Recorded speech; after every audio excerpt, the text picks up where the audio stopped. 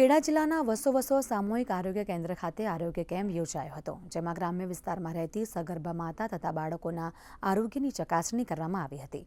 સ્ત્રી રોગો અને બાળ રોગોના નિષ્ણાંતો દ્વારા વજન, ઊંચાઈ, બીપી સહિત તમામ ટેસ્ટ નિઃશુલ્ક કરવામાં આવ્યા હતા।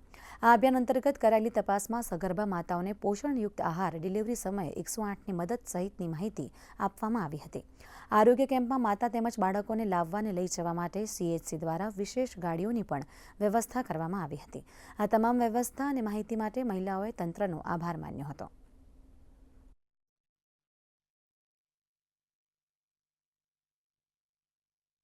ગુજરાત સરકારના આરોગ્ય પરિવાર કલ્યાણ વિભાગ અંતર્ગત ચાલતા કાર્યક્રમ પોષણ અંતર્ગત સગર્ભા માતા તથા કુપોષિત બાળકોનો કેમ્પ અહીંયા સામૂહિક આરોગ્ય કેન્દ્ર વસો ખાતે રાખવામાં આવે છે।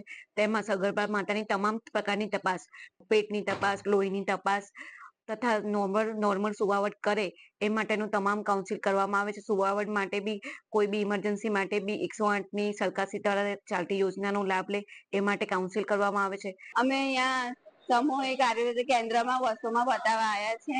બીજા બહેનોને એટલું જ હું કહીશ કે અહીંયા આગળ સરસ સુવિધા છે, સારવાર સારી આપે છે, સરકારી તરફથી છે અને 108ની પણ સુવિધા સારી છે અહીંયા।